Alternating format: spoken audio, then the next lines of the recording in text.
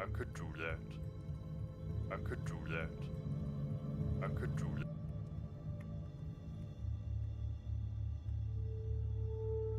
Nice. Classic Starship Troopers. Yeah.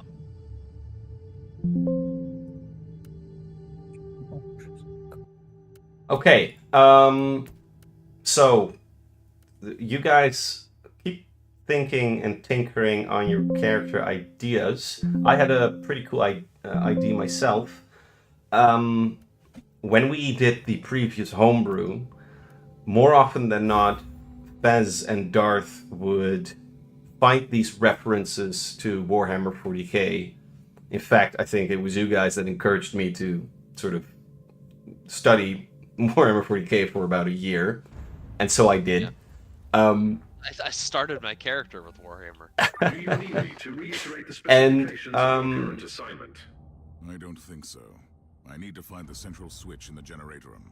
I turn off the switch, power goes out. It can't be that complicated. This statement contradicts all ancient doctrines regarding how heavy machinery should be operated. But the priority of tech philosophical debates is currently very low. Be watchful. The Genetorium is protected by automated defense systems. I do think that, especially as a DM, I do need to give some leeway to your,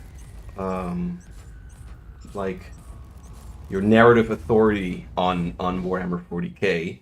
And so what I thought was, why don't we intuitively ask ourselves some DM construction questions, and from there we kind of build the world together.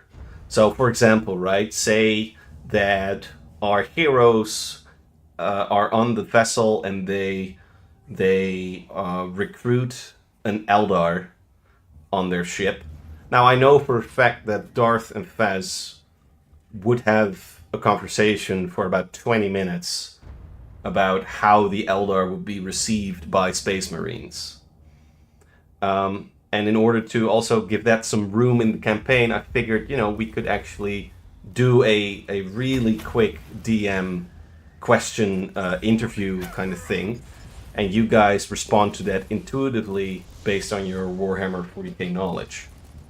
What do you guys think? What? This sounds like a very interesting way to do this. I think this could be turning out pretty well. I would say, for the purpose of so people don't feel like they can't play certain characters or builds, don't bring over like the opinions that are on like the species that you would get in Warhammer. No. Just because otherwise, if someone wants to come up with the Eldar and everyone else is playing a human space marine, their characters are not going to want to deal with the Eldar, and that just sort of ruins the fun for that player. Kind of like read the room a little bit. So like if somebody, like if like Fess is coming in with the concept of being like somebody in a rogue trader crew who's like an Eldar, then like maybe write it into your character to be a little bit okay with that. Like it's still okay to be racist. Don't get me wrong. For the sake of, I think I It's want to say you're 100% wrong. okay. You can quote me on that. Totally okay to be racist all the time. for the sake of conversation, Trappo, I was thinking about, I didn't think about Eldar as a playable character, but more like, what if the crew meets an NPC who is definitely Xenos? How would that be considered by the crew? And all I'm trying to do there is make sure that my homebrew world doesn't interfere with the Warhammer 40k expectations too much. I hope that makes sense. Why don't we just let me just get the question book.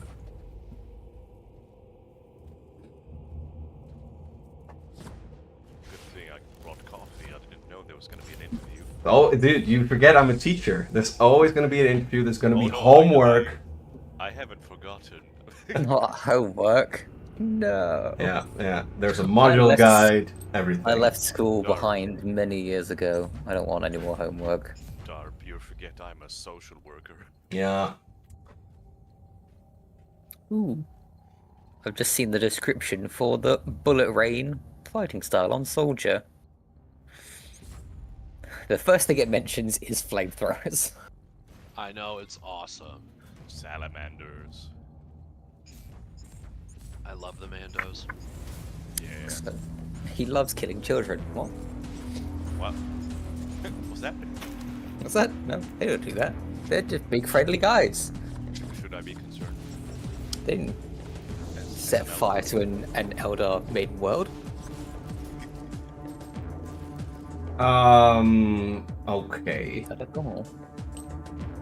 Now, I do think it's important to note that it's going to be a homebrew, and I would say it's going to be inspired by Warhammer 40k, because as a DM, you know, I do get whimsical, and sometimes I'm inspired by something else, so I need a bit of a break of a franchise. But I think the overall theme is going to be early heavy metal meets Warhammer 40k, and then specifically sort of the whimsical origins of Warhammer 40k. Anyway, here we go. I'm going to shoot some questions, and you guys are going to intuitively respond. Are you ready? Like with our like vague character concept in mind, like respond. Yeah, exactly. I think it's going to be fun. All right. So, No, just checking. I'm um, tracking. when I say floating fortress, what does the base of operations look like? I immediately picture the phalanx. Right. That's just me. I picture either a fortified asteroid, kind of like a trader, Darb, or something more far-fetched would be a black stone fortress, but that is like that is a fortress. The alarm has probably alerted the hostiles in the vicinity. Don't turn it into Cadia. Fine. They posted a map before. I don't think Cadia was one of the planets on there. No, I know. Nope, Cadia there's no has- Cadia. We're good. There's a few unnamed planets. We could call one of those Cadia and throw this into it.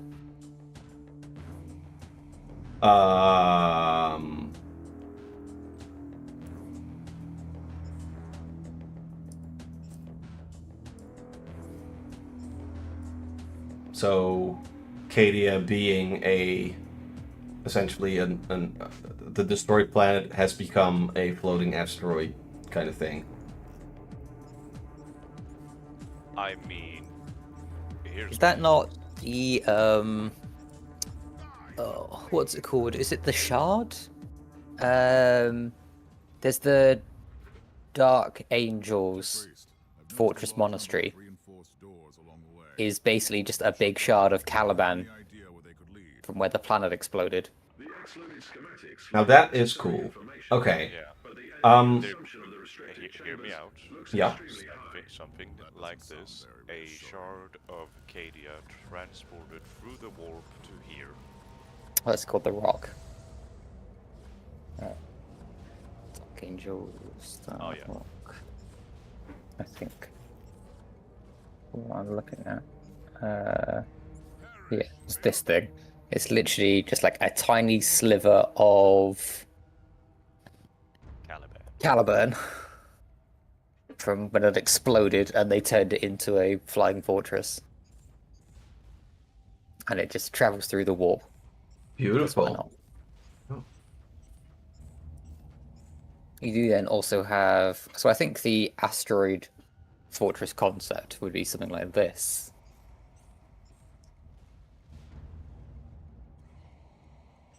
Which I think is what the Rock used to look like before they revamped it. Yeah. I like that one. And then like a fleet that guides it. Like, yeah, that's cool.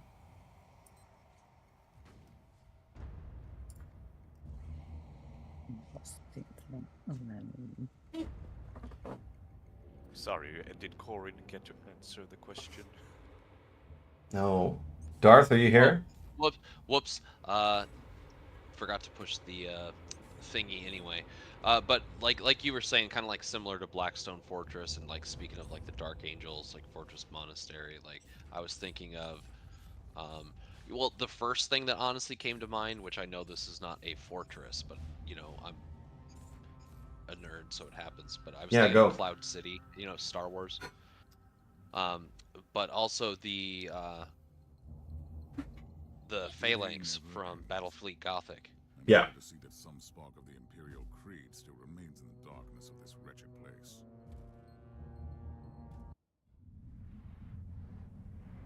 My duty will not end till I have carried out the task you gave me.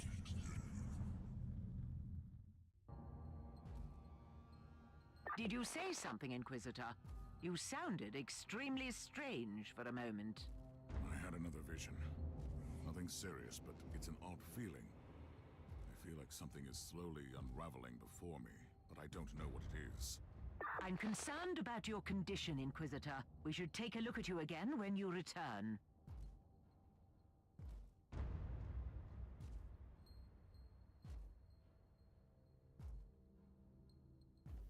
Yeah, that's what Trapo also mentioned, I think.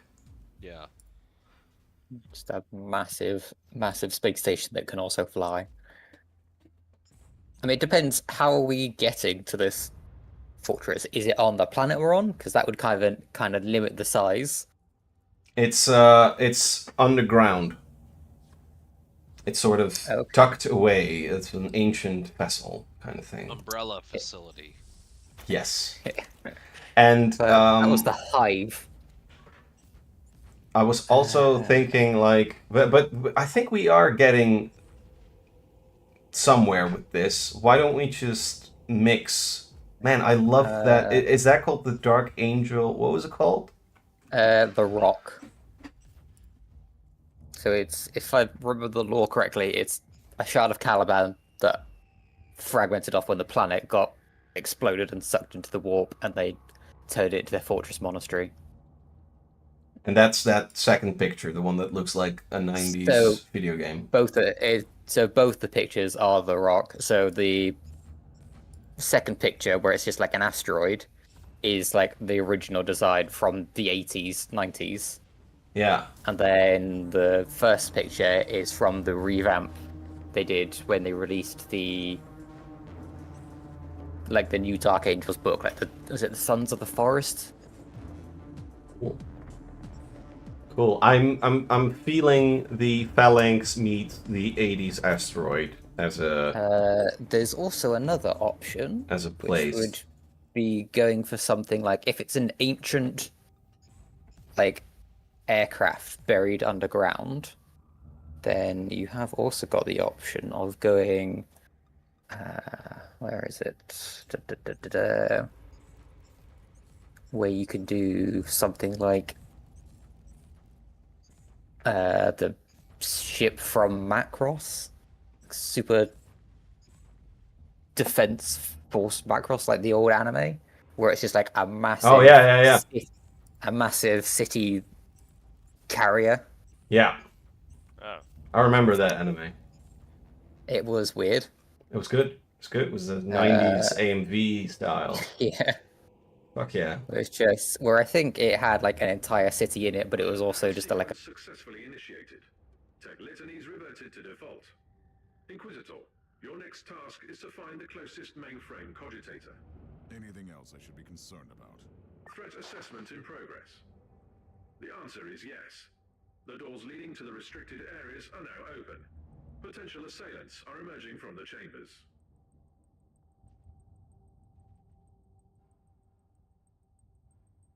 a floating battle station / aircraft carrier. You're leaning more That's- towards a craft world now. That's true. That would be more of a craft world. It could also apparently transform into a robot, which I don't remember. Okay, no, that's certainly not a craft world. Dope. Okay.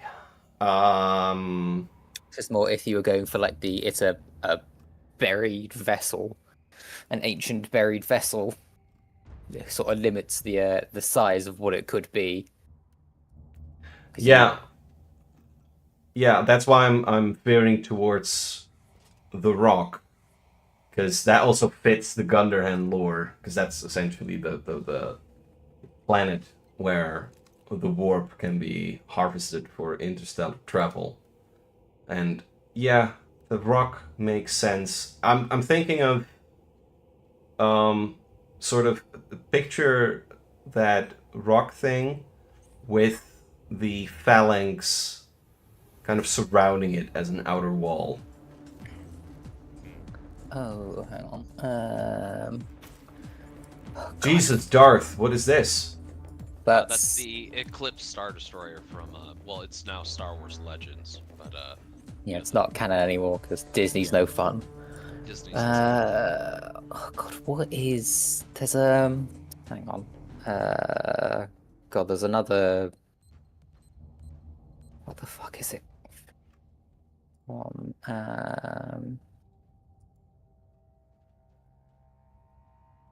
There's another thing that I'm thinking of.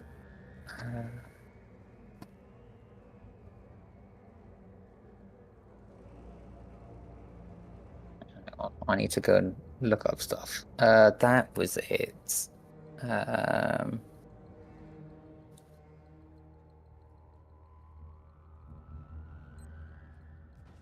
Yeah, so I think what you're thinking of is something like something like this.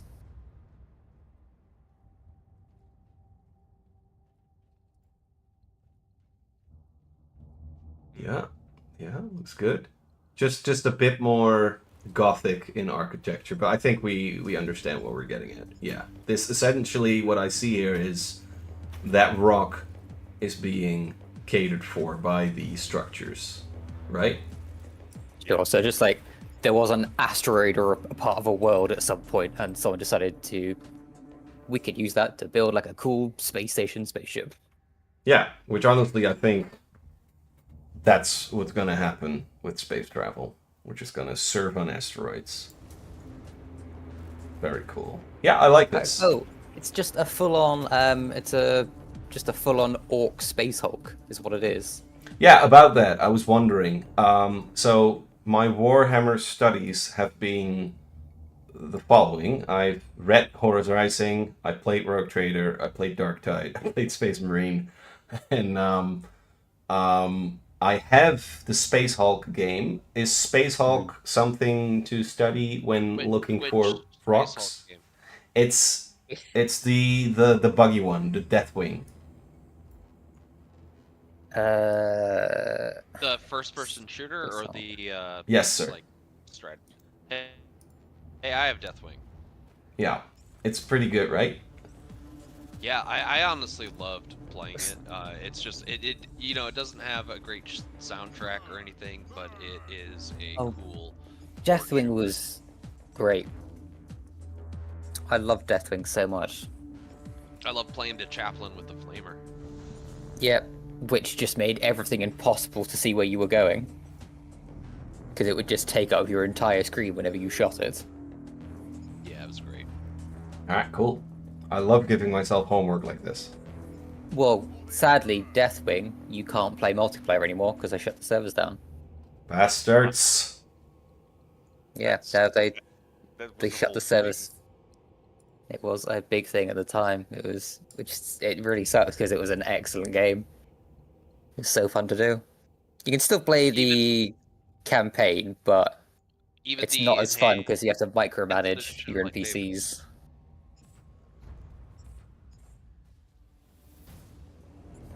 Even with the enhanced edition, or is it like all of them have been shut No, they just shut all the servers down. I don't know.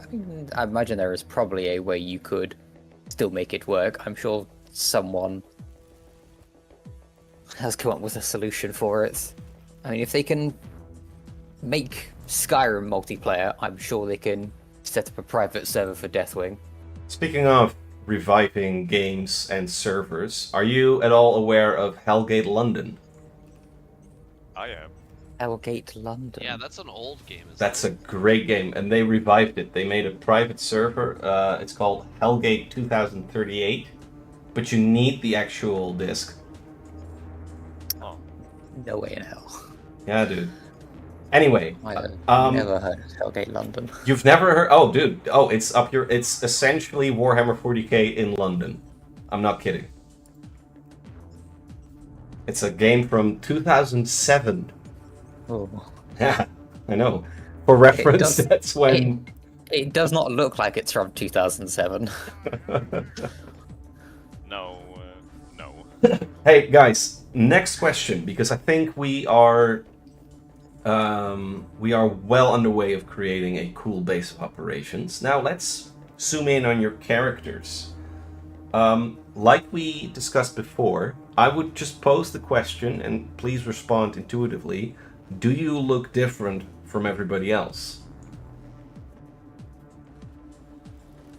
In what sense? Do you have long ears? Are you a dwarf? How do you think people would respond to your exterior look, your status, your skin color, stuff like that?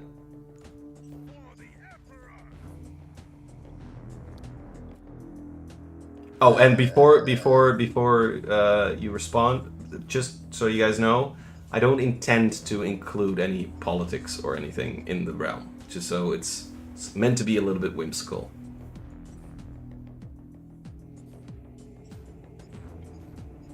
I think purely so that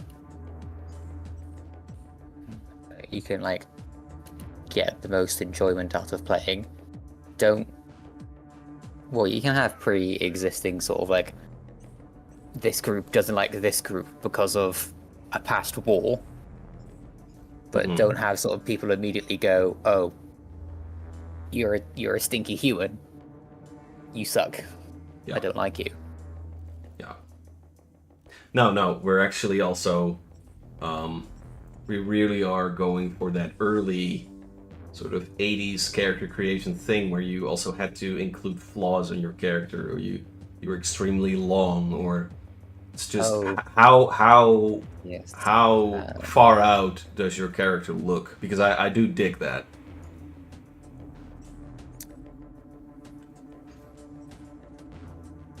Yeah, I would say my character is probably not going to look normal. You know, they're going to stand out in some way. Have you mentioned any biological features of your Assassinorum guy? Yeah, with the if I'm gonna be playing the assassin character, I think I want them to be, you know, since we're gonna be starting at level 1, obviously I'm gonna be limited, but kind of similar to my previous character with our homebrew. Like, I do think it's gonna be somebody who invests heavily into augmentations, but with a different goal in mind for them. Okay, I see where you're getting at. Okay, so more of a do you know Hellboy? Yeah. That robot guy. Oh, is it the Major? No. Yeah. Oh yes. The evil Nazi robot assassin man. That one. Yes. Yes. Come to think of it, I am surprised that the Assassinorum doesn't have a tech. Well, the assassin. Mechanicus has got its own assassins. Access the terminal and initiate I will admit God, the what? Mechanicum is not my strongest. Yeah, I'm not as read up on those. this guy. My specialty. Ah, yes. It's good. We can each cover each other's weak points here. What was it? This guy. This guy has got a very cool vibe. Yeah. It's the cyborg assassin with Karl Ruprecht. knife hands. Yeah. Does not look as pretty under his armor. He looks like, well, actually, he probably looks like a Mechanicus person with all their augmentation with all their augmentations removed. Yeah. Just nightmare fuel. But when I look at the Officio Assassinorum, they also remind me a little bit of that guy from Crisis. Yeah. Crisis. Which one? I have played some of those games. Yeah, just the original, the Maximum Armor. Like the, again, 2007. Oh yes, I have played. Yes, the original one. I have played that one. So that's the Vindicator Assassin, which is the sniping expert one. If I remember correctly. So, he would look far out, but also have an air of authority, I imagine, Darth. Delete this question, because that picture's freaking me out. Yeah, I'm kind of thinking like my character might be like,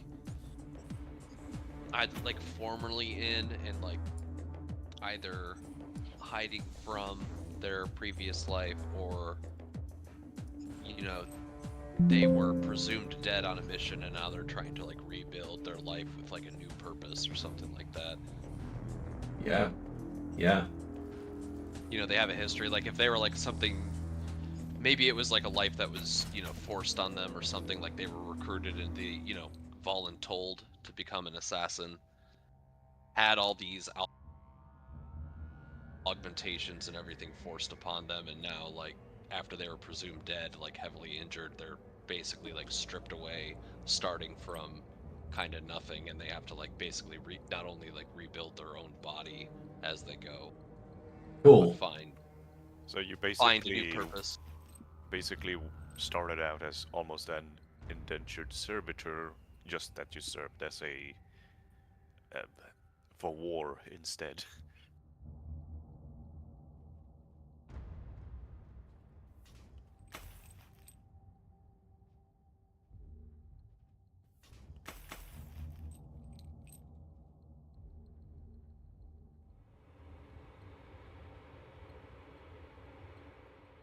I am here, Tech Priest. Access the terminal. Your inquisitorial codes should work. Something is wrong, Tech Priest. I still can't log into the system. I have analyzed the available data. It is not the machine spirit preventing you from accessing the new sphere. I have fresh evidence that the network litanies have been modified on core level by fellow brethren of the Adeptus Mechanicus. I can't turn off an override implemented by a Tech Priest. Correct. You will require my personal assistance. We must go to the data sanctum together, where I will attempt to seek audience with the machine spirit by binaric apotheosis. You can return to the bridge now.